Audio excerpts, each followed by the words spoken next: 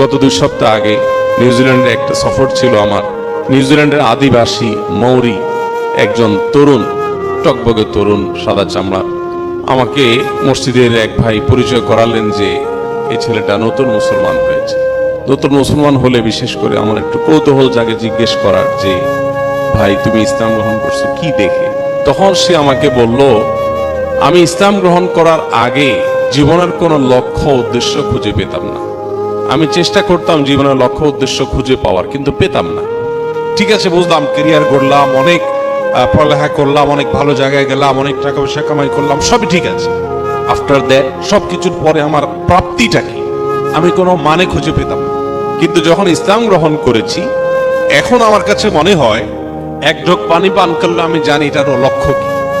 আমি না খাইলেও জানি আমি কেন খাচ্ছি না, আবার খেলেও জানি আমি কেন খাচ্ছি, এবং এর বিনিময়ে আমি কি পাবো সেটা আমার কাছে ক্লিয়ার।